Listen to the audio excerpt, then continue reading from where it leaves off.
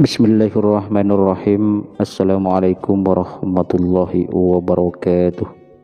Alhamdulillahilladzi hadana lihadza wa ma kunna linahtadiya laula an hadanallah.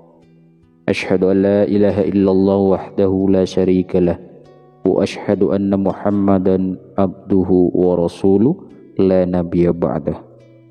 Halo sahabatku pemirsa YouTube yang dirahmati Allah. Senang sekali kita semua bisa berjumpa kembali di channel ini. Tentunya harapan dan doa saya semoga yang menyimak video ini selalu diberikan kesehatan, umur yang barokah, dan diluaskan rezekinya oleh Allah Subhanahu wa ta'ala. Amin amin Allahumma amin.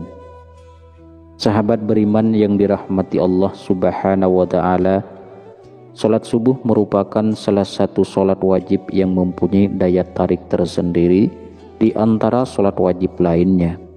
Meski kita semua tahu masing-masing salat wajib mempunyai keutamaan sendiri-sendiri, akan tetapi ada keutamaan istimewa di dalam salat subuh. Hal ini disebabkan karena nilainya yang tinggi dalam syariat. Rasulullah Shallallahu Alaihi Wasallam mengetahui bahwasanya waktu subuh adalah waktu yang sulit. Apabila seorang muslim dibiarkan begitu saja, sudah pasti akan memilih untuk mengistirahatkan dirinya sampai matahari terbit. Oleh karena itu, Rasulullah Shallallahu Alaihi Wasallam menghususkan sholat mulia ini dengan keistimewaan tunggal dan sifat-sifat tertentu yang tidak terulang pada salat lainnya. Banyak sekali keutamaan yang kita dapat di waktu subuh. Salah satu keutamaannya adalah Rasulullah Shallallahu Alaihi Wasallam akan mendoakan umatnya yang bergegas melaksanakan sholat subuh tepat waktu. Sebagaimana yang telah disebutkan dalam hadis, "Ya Allah, berkahilah umatku selama mereka senang bangun subuh." Hadis riwayat Tirmizi, Abu Daud, Imam Ahmad, dan Ibnu Majah. Jika Rasulullah Shallallahu Alaihi Wasallam yang berdoa, maka tidak akan ada hijab atau penghalang di antara beliau kepada Allah. Karena kita semua tahu Rasulullah adalah orang yang secara jasadiah paling dekat dengan Allah. Pada hadis lain Rasulullah Shallallahu Alaihi Wasallam pernah bersabda, "Barang siapa menunaikan sholat subuh, maka ia berada dalam jaminan Allah." Maka jangan kamu mencari jaminan Allah dengan sesuatu selain dari sholat, yang pada saat kamu mendapatkannya justru kamu tergelincir ke dalam api neraka. Hadis riwayat Muslim. Apabila Allah yang memberikan jaminan, maka tidak ada keraguan sedikitpun bagi kita untuk mengingkarinya.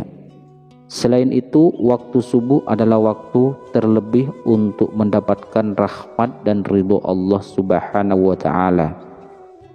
Di dalam Quran surat Al-Kahfi ayat 28, Allah Subhanahu wa ta'ala sudah berfirman, "Dan bersabarlah kamu bersama dengan orang-orang yang menyeru Tuhannya di pagi dan senja hari dengan mengharap keridhoannya. Dan janganlah kedua matamu berpaling dari mereka karena mengharapkan perhiasan dunia ini. Dan janganlah kamu mengikuti orang yang hatinya telah kami lalaikan dari mengingat kami, serta menuruti hawa nafsunya, dan adalah keadaannya itu melewati batas." Dari ayat tersebut dapat disimpulkan bahwa apabila kita bersabar dan terus mengharap ridho dari Allah, maka insya Allah akan memberikan kenikmatan yang tidak pernah terpikirkan oleh kita. Dan Allah menegaskan kenikmatan ini hanya akan diberikan kepada hambanya yang selalu mengingat Allah. Bahkan kenikmatan yang diberikan oleh Allah dapat dikatakan melebihi dunia dan seisinya. Dari Aisyah radhiyallahu anha, Rasulullah Shallallahu Alaihi Wasallam pernah bersabda, 2 rakaat saat fajar pahalanya lebih indah daripada dunia dan seisinya. Hadis riwayat Tirmizi. Selain itu, Allah juga menjamin 5 hal bagi hamba-hambanya yang mengerjakan sholat subuh tepat waktu. Yang pertama, pahalanya seperti sholat 1 malam penuh. Dari Utsman bin Affan radhiyallahu anhu, beliau berkata, Rasulullah sallallahu alaihi wasallam bersabda, barang siapa yang sholat isya berjamaah, maka seakan-akan dia telah sholat setengah malam. Dan barang siapa sholat subuh berjamaah, maka seakan-akan dia telah melaksanakan sholat malam 1 malam penuh. Hadis riwayat Muslim. Artinya adalah kita akan mendapatkan pahala yang sangat banyak di sisi Allah. Pahala tersebut tidak hanya di dunia saja, bahkan saat di akhirat kelak Allah akan berikan pertolongannya kepada hamba-hambanya yang mengerjakan sholat subuh tepat waktu. Dan pahala dunia yang insya Allah kita akan dapat adalah Allah akan mencukupkan rezeki kita dan akan memberikan kemudahan bagi seorang hambanya saat dihadapkan pada suatu masalah. Lalu yang kedua, sebagai sumber cahaya di hari kiamat.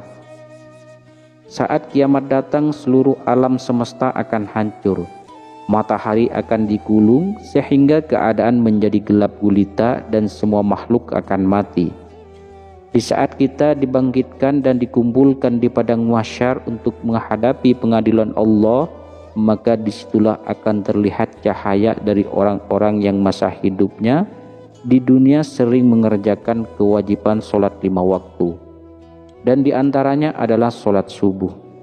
Cahaya inilah yang akan menerangi orang-orang yang beriman, yang tidak pernah meninggalkan sholat 5 waktu, dan akan semakin terlihat terang manakala seorang hamba rajin mengerjakan sholat subuh maupun sholat subuh tepat waktu. Yang ketiga, dijanjikan masuk surga.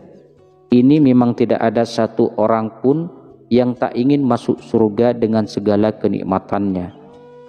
Diriwayatkan dari Abu Musa al-Asy'ari, ia berkata bahwa Rasulullah sallallahu alaihi wasallam bersabda, barang siapa yang mengerjakan sholat bordin, yaitu sholat subuh dan sholat asyar, maka dia akan masuk surga. Hadis riwayat Bukhari dan Muslim.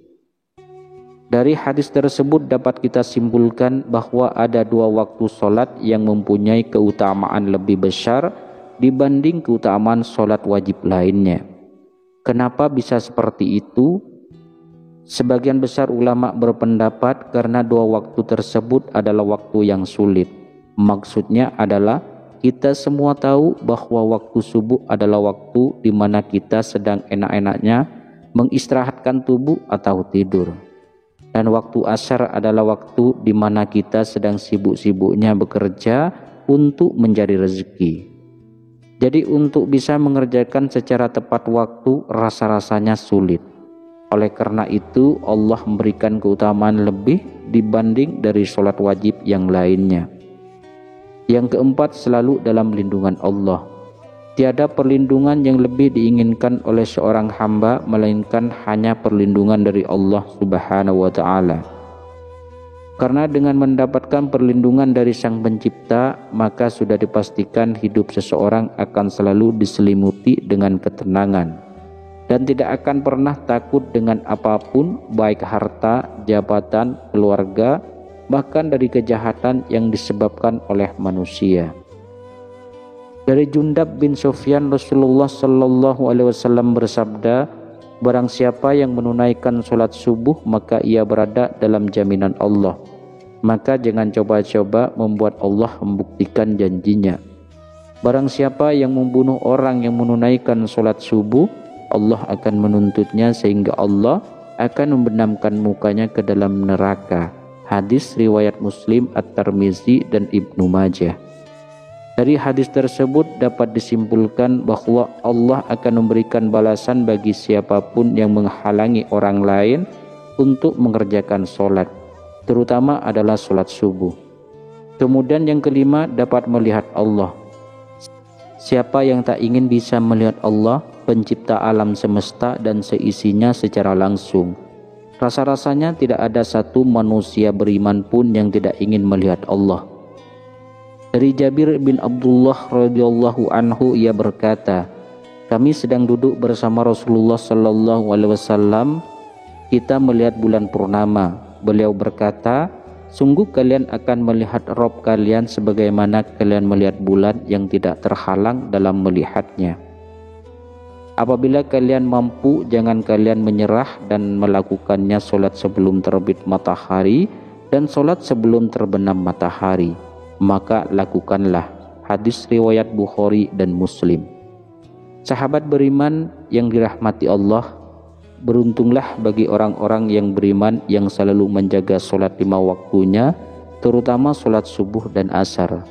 Semoga kita semua sebagai umat muslim bisa menjadi salah satu hamba yang mampu melihat Allah secara langsung. Amin ya rabbal alamin. Sahabat beriman, mungkin itu saja yang bisa saya sampaikan pada pertemuan kali ini. Semoga bermanfaat bagi Anda, keluarga Anda, dan juga orang lain. Assalamualaikum warahmatullahi wabarakatuh.